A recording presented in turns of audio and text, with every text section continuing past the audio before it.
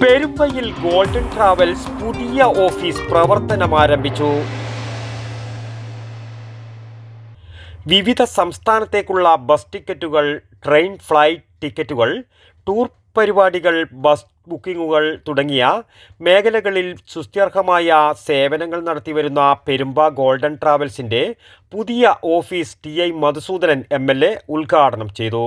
വളരെ സന്തോഷകരമായിട്ടുള്ള ഒരു ചടങ്ങിലാണ് ഇന്ന് രാവിലെ ഞങ്ങളെല്ലാവരും ചേർന്ന് പങ്കെടുക്കുന്നത്.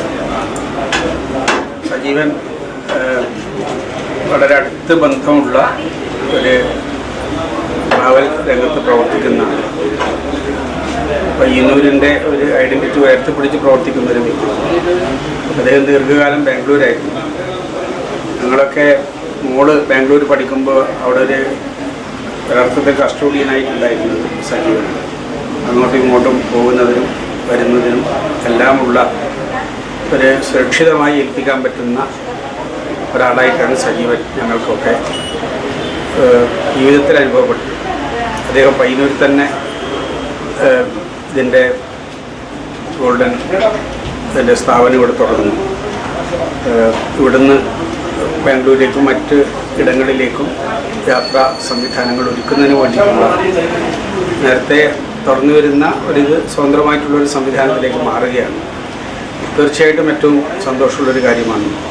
ഇന്ന് ഏറ്റവും അത്യാവശ്യമുള്ളൊരു രംഗമാണ് സുരക്ഷിതമായ നിലയിൽ ട്രാവൽ മേഖലയിലെ ഈ സംവിധാനങ്ങൾ ഒരുക്കുക എന്ന് പറയുന്നത്. സജീവൻ്റെ ഈ പരിശ്രമം എന്തായാലും വിജയിക്കും. ഏറ്റവും നല്ല നിലയിൽ അത് വിജയിപ്പിക്കുന്നതിന് എല്ലാവരുടെയും സഹായവും പിന്തുണയും ഉണ്ടാവണമെന്ന് അഭ്യർത്ഥിക്കുന്നു. Chamber of commerce president Vijayakumar, P. Santhosh Kumar, Golden Travels ഉടമസ്ഥരായ ഫർസാൻ, ആരിഫ്, മെഹറൂഫ് തുടങ്ങി ബിസിനസ്, സാമൂഹ്യ, സാംസ്കാരിക രംഗത്തെ നിരവധി പ്രമുഖർ ചടങ്ങിൽ സംബന്ധിച്ചു. പയ്യന്നൂർ ടൗണിൻ്റെ ഹൃദയ കവാടം പെരുമ്പയിൽ പുതുതായി ആരംഭിക്കുന്ന ഈ ഗോൾഡൻ ട്രാവൽസിന് എല്ലാവിധ ആശംസ നേരുകയാണ്.